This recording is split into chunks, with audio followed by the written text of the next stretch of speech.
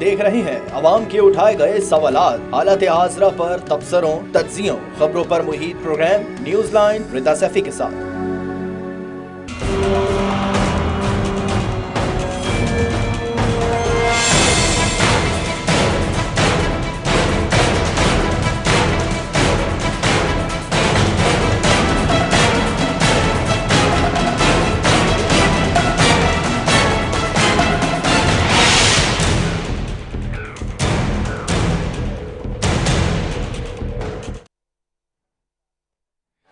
अस्सलाम वालेकुम, मैं हूं रिदा सैफी। बजट पर शोर हो रहा है, यहां तक कि हुकूमत खुद भी तस्लीम कर चुकी है कि बजट आईएमएफ के कहने पर बनाया गया है या आईएमएफ के दबाव पर बनाया गया है। कुछ भी कहा, कुछ भी कहें, बजट इंपोर्टेड है और इंपोर्टेड चीजें महंगी होती हैं।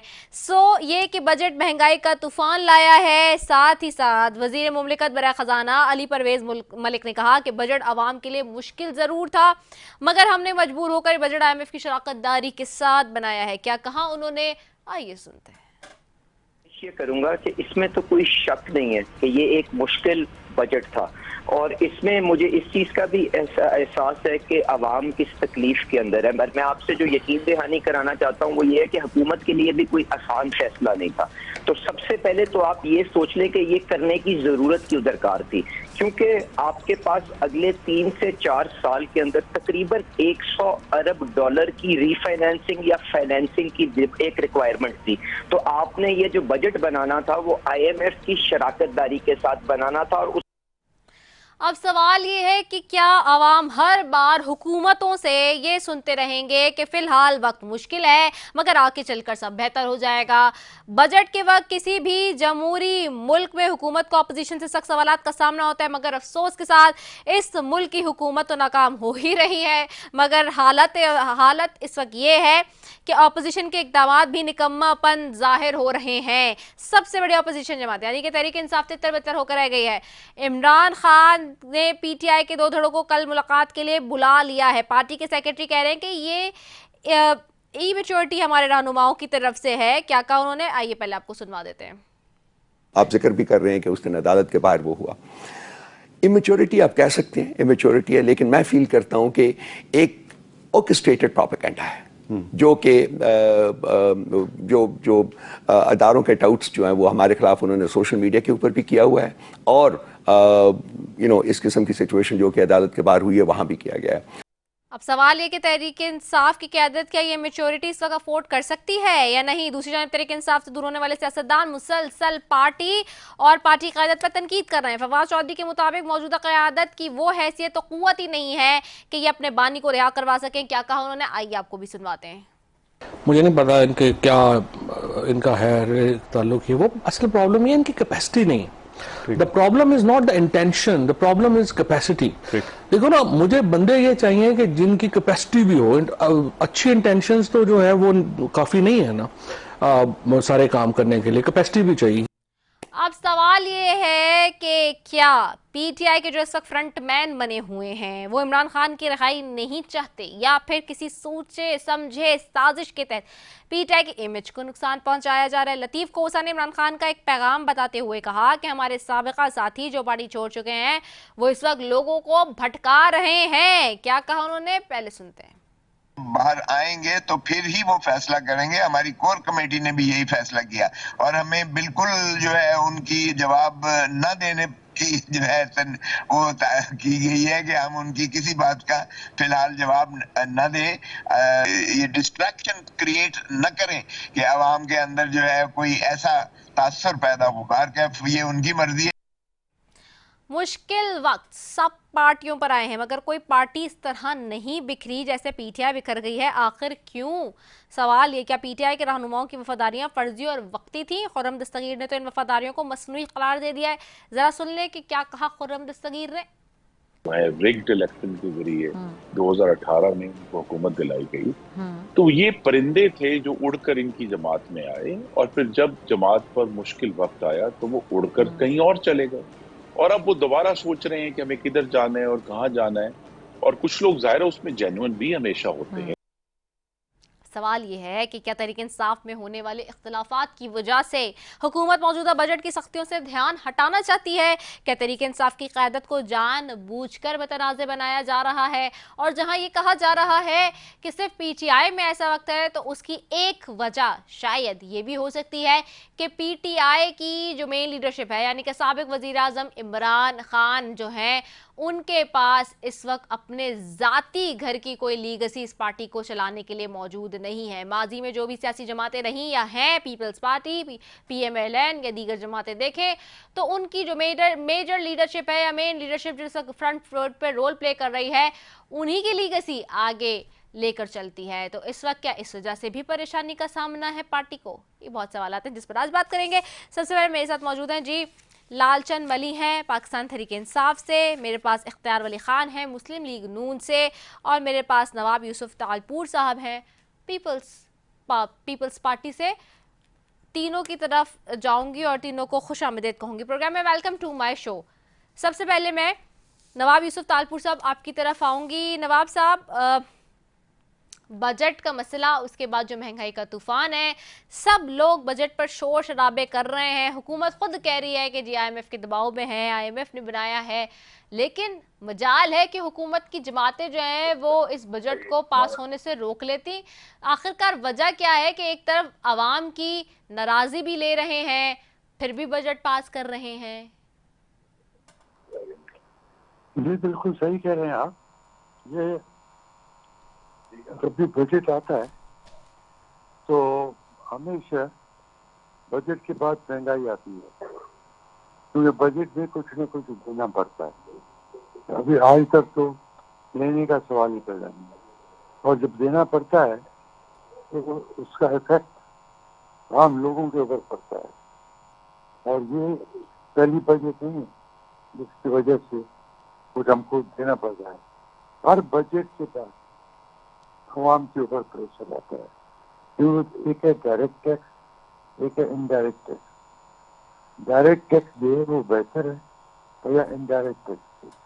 ये बोलते तो नहीं है, लेकिन इनडायरेक्टली जितने भी टैक्सेस है वो आम लोगों के ऊपर पड़ जाते हैं और आम लोगों के ऊपर प्रेशर पड़ता है।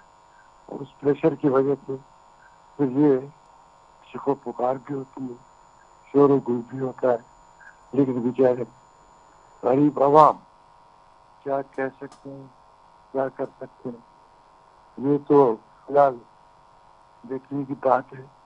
क्योंकि मेरे ख्याल में जो गवर्नमेंट बजट देगी वही बजट पास होगी और उसी पर अमल होगा। और जितनी भी बजट आज तक आई है उन सब बजट में हमेशा प्रेशर आवाम के ऊपर पड़ा। मुझे न किया था कोई बजट आई हो इसका प्रेशर आवाम के ऊपर न पड़े।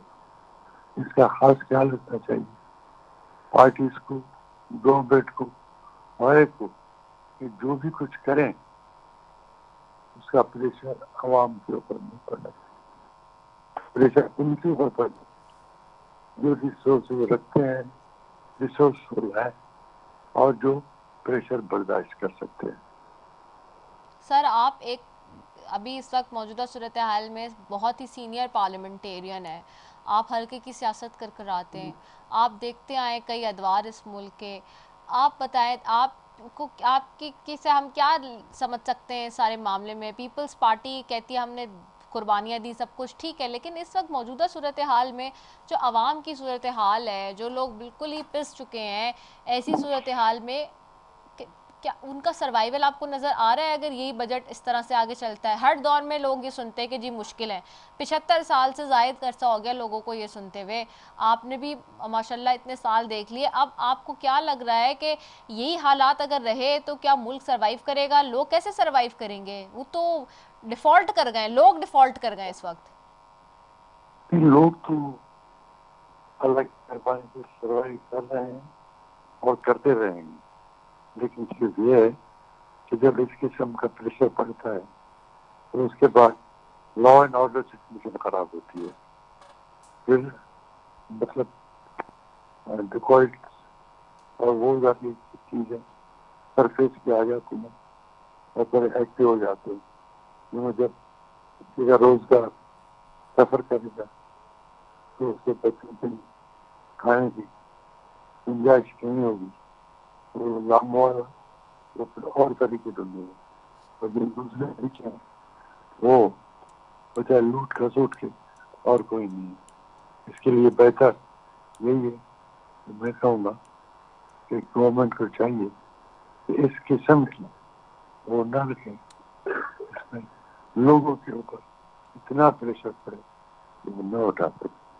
अभी सऊदी का हुकूमत येमन एंड सही, ठीक हो गया। लालचंद मलिक साहब, आपकी तरफ आऊंगी। लालचंद साहब, एक तरफ मसला है महंगाई का, हुकूमत की नाक़िस पॉलिसियों का, दूसरी तरफ आपकी जमात, ऑपोजिशन की सबसे बड़ी जमात, वो खुद कंफ्यूजन का शिकार कि वो अपने ही अंदर मामला ठीक करने में बिजी है, तो वो क्या हुकूमत को क्या दंड डालेगी, क्या प्रेशर डालेगी कि भाई आप क्या कर रहे हैं?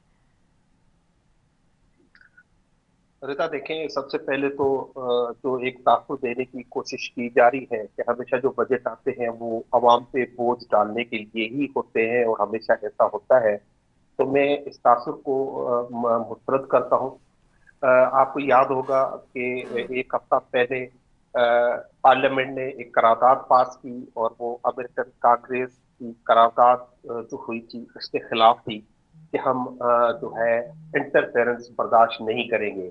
अब वो जब अमेरिकन कांग्रेस ने कहा कि आप इलेक्टोरल फ्रॉड हुआ है, एक उसकी इन्वेस्टिगेशन कराए, उस पर तो आपने करारदाद पास कर दी, लेकिन आईएमएफ का दिया हुआ बजट वो आपने पेश कर दिया और पास करा लिया।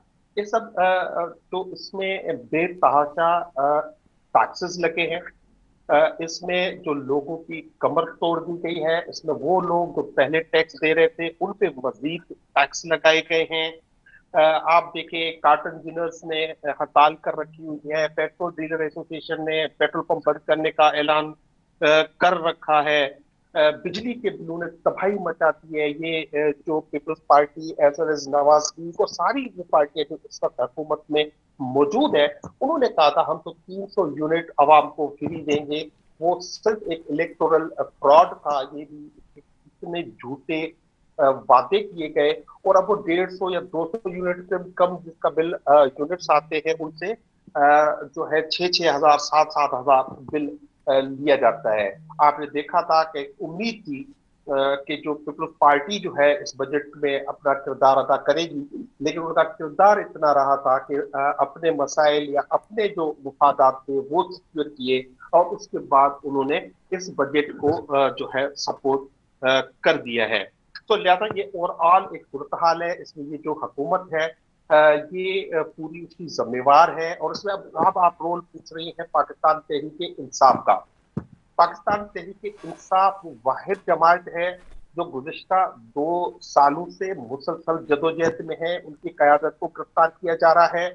उनको ये वो वाले नहीं है पार्टियां जो ये माजी में ये थी कि इनको आइन के मुताबिक हक था कि जब चाहे जलसा कर ले, जब चाहे रैली कर ले, जब चाहे जो है ये एहतजाज कर ले and what ever. Pakistan Tehreek Insaf को तो एहतजाज करने की इजाजत नहीं है, जलसा करने की इजाजत नहीं मिलती, रैली निकालते हैं तो बगावत के मुफ्त में होते हैं, दहशतगर्दी के मुफ्त में होते हैं। लेकिन उसके बावजूद पाकिस्तान तहरीक इंसाफ ने अपना भरपूर किरदार अदा किया, और उस किरदार की वजह से आपने देखा गवर्नमेंट जो है वो खुद परेशान थी, लेकिन क्योंकि ये अपने बस में नहीं थे, ये इनमें कोई ये खुद को मुंह दिखाने के काबिल भी नहीं समझते आवाम को जिनसे इन्होंने वादे किए थे, तो ये उनकी मजबूरियां थी। तो पाकिस्तान तहरीक इंसाफ अपना किरदार अदा कर रही है, और आने वाले दिनों में आप देखेंगे कि भरपूर किस्म का एक वो किरदार अदा करेगी। 6 जो जुलाई को हमें को 2 साल के बाद या 2.5 साल के बाद पहली दफा इजाजत मिल रही है। अब उसको देखते हैं कि हमें वो कैसे करने देते हैं या नहीं करने देते। 6 जुलाई को इंशाल्लाह पाकिस्तान तहरीक इंसाफ का एक तारीखी जलसा होगा इस्लामाबाद में, और ये एक आगाज होगा इस हुकूमत की इन जालिमाना कार्रवाइयों के खिलाफ, इन जो अब पूरी दुनिया से आवाजें उठ रही हैं, चाहे वो अक़वाम मुत्तहिदा का ह्यूमन राइट्स काउंसिल हो, चाहे वो अमेरिकन कांग्रेस हो, चाहे आपकी सिविल सोसाइटी हो, चाहे फाफिन हो, चाहे बिल्डाट हो, तयपत्तन हो, सब कह रहे हैं कि ये हुकूमत जो है फॉर्म 47 की है और फ्रॉड है, और इस फ्रॉड के खिलाफ इंशाल्लाह हम जदोजहद शुरू करेंगे। चले, ठीक हो गया। इख्तियार वली खान साहब की जानिब जाऊंगी। इख्तियार साहब, आवाज आ रही है? जी आ रही है। इख्तियार वली खान साहब, आखिरकार हुकूमत क्या कर रही है? सब लोग ये बात अग्री कर रहे हैं। वज़ीर दिफा खुद कहते हैं कि IMF ज़्यादा बजट है। अभी आपने अली परवेज़ साहब की भी बात सुनी। अब इशू ये है, सबसे ज़्यादा जो वज़ीर मुमलिकत बराए ख़जाना है, इशू ये है कि अब वो पुरानी बातों को मैं चाह तो नहीं रही दोहराना, लेकिन अभी हालिया दिनों में इलेक्शंस की कैंपेन में मरीम नवाज़ साहिबा ने, शहबाज शरीफ साहब ने खड़े होकर ये गारंटी ली इस बात की कि जी हम जो बिजली के बिल होंगे वो पंजाब हुकूमत पहले ही जो है वो भर चुकी होगी, देखिएगा, और कमी आएगी। लेकिन वो कमी नहीं आ रही, वो टिकल डाउन इफेक्ट नहीं आ रहा। लोग फिर सवाल करते हैं, जाहिर सी बात है, अब इस वक्त ये 70-80 की दिहाई तो नहीं है, लोग भी बाशऊर हैं। वो ये पूछते हैं कि आप आवाम पे तो टैक्सेस की भरमार लगा रहे हैं, और फिक्स टैक्स, इनकम टैक्स, सारे टैक्स आपने बिल में डाल दिए, बिजली के यूनिट बढ़ा रहे हैं, हर कुछ कर रहे हैं। बजट इस किस्म का आया है कि जिसमें चीखें निकल गई हैं हम जैसे लोगों की जो सैलरीड क्लास हैं। लेकिन आप अपने अखराजात में कोई कट्स नहीं लगा रहे, आप अपने पक्ष में कोई कट नहीं लगा रहे। एक वफाकी वजीर आज भी निकलता है या सूबाई वजीर, तो उसके साथ प्रोटोकॉल की 8-8, 6-6 गाड़ियाँ होती हैं। वो सारे उन गाड़ियों के फ्यूल, उनके प्रोटोकॉल, वो सब हमारी तनख्वाहों से, हमारे पैसे से, हमारे टैक्स के पैसों से जा रहे हैं। तो ये चीज़ें क्यों नहीं कट हो रही? हम क्या अपने एक्सपेंडिचर पे कट नहीं लगा सकते? तो सिंपल सा फॉर्मूला है, इसमें तो कोई पॉलिटिक्स नहीं है मेरे ख्याल से। Thank you very much Rida. बात ऐसी है कि सबसे पहले तो मैं आपको ये बता दूं कि जितनी फेडरल कैबिनेट है उसमें कोई बंदा तनख्वाह नहीं ले रहा। जितने इंटरनेशनल उनके दौरे हो रहे हैं, सब लोग जो फेडरल कैबिनेट के वजीर हैं वो अपनी जेब से टिकट भर रहे हैं। जहां तक आपने प्रोटोकॉल की बात की है तो खर्चे कम करने की, तो देख लें कि सबको करोला गाड़ियां दे दी गई हैं, किसी के पास लैंड क्रूजर नहीं है सरकारी। अपने खर्चे और कितने हम करें? आप अब कह रहे हैं कि कता कलामी माफी, ये पाकिस्तान की बात कर रहे हैं आप इस वक्त पाकिस्तान में बैठ के तो सर पाकिस्तान में तो ऐसा नहीं हो रहा है। हालिया दिनों की कल एक नोटिफिकेशन निकला है, आपको ही पता होगा, केपी में जो क्या कहते हैं गवर्नर साहब हैं, उन्होंने अपनी जाती रिहाइशगाह को जो डिक्लेयर कर दिया है, उन्होंने सरकारी रिहाइशगाह, ताकि उसका बिजली का बिल जो है वो सरकारी उससे खाते से बढ़ जाए। अच्छा, ये कल की खबर है, ये आपको ही पता होगा। इसका बेहतर जवाब आपको पीपल्स पार्टी वाली दे सकते हैं। मैं उनका स्पोक्स पर्सन तो नहीं हूँ, मैं तो मुस्लिम लीग नून और फेडरल गवर्नमेंट का स्पोक्स पर्सन हूँ, लेकिन अपनी इल्म के मुताबिक आपको बता दूंगा कि गवर्नर साहब का एक दफ्तर सरकारी होता है, एक उनको ये इख्तियार होता है कि वो अपना घर रखें या कोई और दफ्तर रखें जिसको अपना वो कैंप ऑफिस बना सकते हैं अपने शहर में, अपने गांव में। उन्होंने ये मेरे ख्याल में बेहतर किया है कि कोई दूसरा घर और उसके रेंटल चार्जेस वगैरह लेने से अच्छा कि उसने अपने घर को ही कैंप ऑफिस डिक्लेयर कर दिया है। ये कोई नई बात नहीं है सर, नई बात नहीं है, लेकिन जिन हालात में हमें ऑस्टेरिटी मेजर हो सकता था ना जी, और जिस हालात में हमें उसमें ये ऑस्टेरिटी मेजर लिया जा सकता था ना। एक गवर्नर हाउस है तो है, जरूरी क्या है अपनी पर्सनल रिहाइशगाह को बनाना? जिन हालात में हम गुजर रहे हैं, हम अपनी खर्चों को कम कर सकते हैं। जो गवर्नर होता है उसकी प्रॉपर एक सिक्योरिटी होती है, उसका एक प्रोटोकॉल होता है और उस हिसाब से उसको रखा जाता है। वो मेरे और आपकी तरह घर नहीं होता, उनकी सिक्योरिटी, उनके दीगर मामलात होते हैं, उनका स्टाफ होता है, वो बाकायदा उस पर एक्सपेंसेस होते हैं, उसका अपना एक तरीक़ेकार है। ये कोई आज नहीं बना, ये पहले का बना हुआ है। और दूसरी बात मैं आपको ये बताऊं कि एक बजट की आप बात कर रही हैं, अगर आप मुझे टोके नहीं तो मैं उसका जवाब दे दूं। जी जी बिल्कुल, मैं आपको बिल्कुल नहीं टोक रही, लेकिन क्रॉस क्वेश्चन हुकूमत से करना बनता है, इसलिए मैं करती हूँ। जब पीटीआई हुकूमत में थी, मैं उनसे भी क्रॉस क्वेश्चन करती थी, उस वक्त वो भी भाग जाते थे। तो ये मेरा कसूर नहीं है, आपको पता है। जवाब तो हम आपसे ही लेंगे क्योंकि आप हुकूमत में। जी, मैं कहीं नहीं भाग रहा, मैं आपकी बात तहम्मुल से सुन रहा हूँ और कोशिश कर रहा हूँ कि आपको जवाब दे दूं। जी बिल्कुल बिल्कुल बिल्कुल। बजट, ये लालचंद मलही साहब बैठे हुए हैं, मेरे बहुत मोहतरम हैं, इनसे पूछें कि जब आप पाकिस्तान के कर्जों को, 75 साल के कर्जों को 3.25 साल में डबल करके जाएं, जब आप मोटरवेज को, एयरपोर्ट्स को, गवादर पोर्ट को, यहाँ तक के आप अपना स्टेट बैंक ऑफ पाकिस्तान भी गिरवी रखवा दे IMF के पास, आपके पास कोई चांस ना हो कि आप IMF के पास जाएं। हमारी हिस्ट्री ये है कि हमने 2016 में IMF को आखिरी पेमेंट करके हमने उनके साथ प्रोग्राम अपना क्लोज कर दिया था। इनका लीडर कहता होता था कि मैं जहर खा लूंगा, खुदकुशी कर लूंगा, लेकिन मैं कर्जे नहीं लूंगा। इन्होंने 4.25 साल में 75 साल के बराबर कर्जा लिया। ये मैं नहीं कहता, इनका अपना वजीर खजाना शौकत तरीन कहता है कि हमने इतना कर्जा 80% नहीं बल्कि 76% कर्जा हमने 75 सालों के बराबर ले लिया है।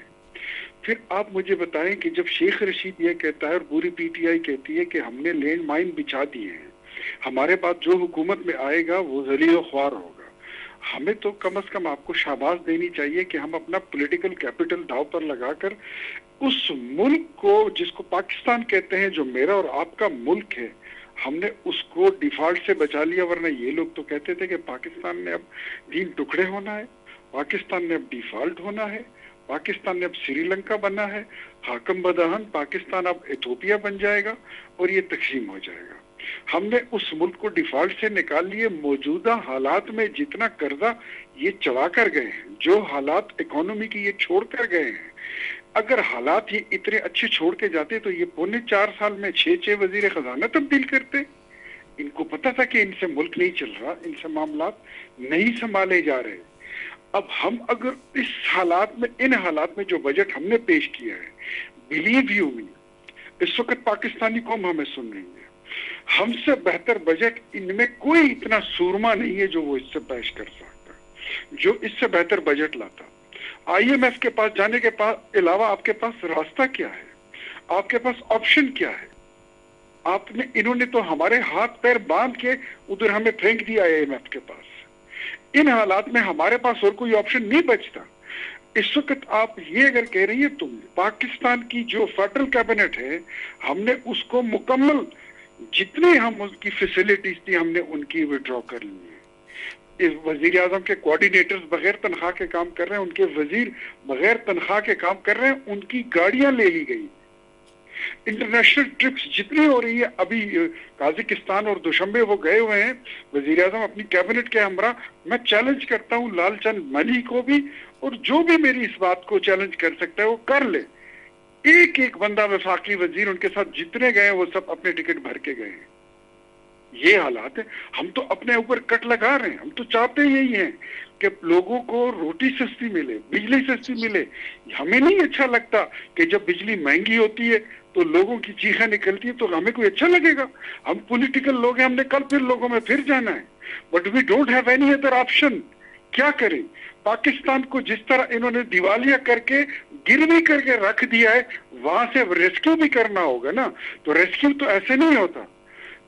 सख्ती उठाएंगे, हम भी उठाएंगे, कौम भी उठाएगी, इंशाल्लाह मुश्किल हालात भी खत्म होंगे। पहला बजट पेश हुआ ना, दूसरे पे आप देखेंगे हालात इससे बहुत बदली होंगे, बहुत बेहतर होंगे। अल्लाह खैर करेगा इंशाल्लाह। इफ्तार अली साहब, मैंने आपकी पूरी बात सुन ली है। मैं आपको कुछ फैक्ट्स एंड फिगर्स पे बात कर देती हूँ। देखिए, मैं पिछले 2 से 3 दिन से ये प्रोग्राम कर रही हूँ, मैं पहले भी करती आई हूँ, चूँकि जब आप खुद जाते हैं माजी पे, डिफ़ॉल्ट वाली बात पे, तो प्लीज़ वो एक बोगस बात थी। उसके फैक्ट्स अब आप सुन लीजिए। जब PTI की हुकूमत चेंज ओवर हुआ और PDM 1 की हुकूमत आई, तो उस वक्त 17 बिलियन अकाउंट में पैसे पड़े हुए थे पाकिस्तान के। जब आपकी हुकूमत जा रही थी और इलेक्शन के लिए, और जब दूसरा माहौल बन रहा था, तो उस वक्त जाते जाते केयर टेकर से पहले खाली 1 से 2 बिलियन पैसे रह गए, जिसके ऊपर बहुत शोर हुआ। इसके ऊपर आर्टिकल्स भी, और आप चाहें तो जाके चेक कर लीजिए जितने स्टेट बैंक के फिगर्स हैं सारे, ठीक है। उस वक्त भी हम ये कह रहे थे कि ये नैरेटिव ना बनाए। ये एक नैरेटिव बनाया गया मीडिया पे कि जी डिफॉल्ट हो रहा है, डिफॉल्ट हो रहा है। पाकिस्तान कोई डिफॉल्ट नहीं हो रहा था। ये सिर्फ एक नैरेटिव था जिन लोगों ने बनाया, जिन्होंने किया, वो खुद भी आज आपकी काबीना में और जो भी मीडिया के हाउसेस बैठे में, वो सबको पता है। दूसरी बात ये कि जहां आपने बात की कि जी हमने कट लगाया, सर आपने कट लगाया है अगर टिकट एयर टिकट्स पे, और आप बात कर रहे हैं कि जी हम अपने अलाउंसेस इस पे खुद पे कर रहे हैं, ट्रैवल अलाउंस। तो सर दूसरी तरफ आपके जो बिजली के फ्री यूनिट, जिसके ऊपर एक तमाशा बना हुआ है सरकारी आपके अफसरान का, ब्यूरोक्रेसी का, जजेस का, सियासतदानों का, वो आप क्यों नहीं कट लगा रहे हैं, वो आप क्यों नहीं बंद कर रहे हैं? जब आप एक आदमी को 18% इनकम टैक्स की मद में भी जो है भेज रहे हैं बिल में, फिक्स चार्जेस आप अलग लगा रहे हैं, इससे पहले हजारों किस्म के टैक्स और अलग लग रहे हैं, तो आप कैसे ये एक्सपेक्ट कर सकते हैं? 100 रुपए का यूनिट, अभी यूनिट फिर बढ़ाने जा रहे हैं। आप सोचिए कि एक आदमी, तनख्वाहदार आदमी, आप खुद बता दीजिए, जिसकी तनख्वाह 20,000 है, 25,000 है, 35,000 है, चलें 40,000 कर लें, वो अपने घर का किस तरह से बनाएगा बजट? आप बना सकते हैं 40,000 में बजट? मेरी बहन मुझे ये बताइए कि ये आपको किसने कहा कि ये नैरेटिव हमने बनाया? ये $17 बिलियन छोड़कर गए थे। अगर इतनी मजबूत इकोनॉमी थी तो वो 2-3 महीने में फिर नीचे आप उठा के देख लीजिए, चेक कर लीजिए फिगर्स, ठीक है? मैं आपसे स्टेट बैंक से चेक कर लीजिए ना। और इसको सवाल भी आपको मैं रख रहा हूँ आपके सामने। अगर इतनी मजबूत इकोनॉमी होती है तो वो 2-3 महीने में बैठ जाती है, ये तो आप लोग बताएंगे ना। आपने और एक और बात, हुकूमत आपने ली थी, आप लोगों को चाहिए थी, आप ही आजादी मार्च और महंगाई मुकाओ मार्च लेके निकले थे 150 रुपए पेट्रोल पे, और आज 300 रुपए के करीब पेट्रोल पे आप कहते हैं कि नहीं जी महंगाई नहीं है। इस तरह पास्ट में जाके बात करेंगी तो फिर मैं आपको ये कहूंगा कि 2018 में पेट्रोल 65 रुपए का लीटर था, ये लोग कहां पे छोड़ कर आए हैं? बिजली का यूनिट 5 रुपए का था, ये कहां छोड़ कर आए हैं? डॉलर 100 रुपए का था, ये कहां छोड़ कर आए हैं? आटे का तेल 600 रुपए का था, ये कहां छोड़ कर आए हैं? डोंट यू फॉरगेट, क्या आप भूल गई हैं? बिल्कुल आप सही कह रहे हैं। I totally agreed with your points, I totally agreed with this things, but the point is this, ये हुकूमत आपने खुद ली है, आपने कहा कि हम सही करेंगे, लेकिन वो ठीक की तरफ नजर नहीं आ रहा है। सॉरी टू से सर। ठीक हो जाएगी। जितने आपको पता है कि आग लगने में ज्यादा देर नहीं लगती, आग बुझाने में बहुत टाइम लगता है। एक बिल्डिंग को गिराने में 2-3 बॉम्ब ही आप लगा दो तो वो सारी बिल्डिंग जमीन बोझ हो जाती है। उसी बिल्डिंग को दोबारा खड़े करने में आपको साल लग जाते हैं। ये कोई आसान काम नहीं है। और मैं आपको बताऊं कि इस वक्त क्या है, लेट्स सपोज ये पीटीआई अगर दोबारा हुकूमत में आ जाए, क्या डू यू थिंक सो कि ये लोग इस मुल्क को इस क्राइसिस से निकाल सकते हैं? Do they have the team? इनके पास वो इकोनॉमिस्ट हैं जो इस मुल्क को इस गर्दाब से निकाल ले? यही तो इस गर्दाब में मुल्क को डाल के गए हैं।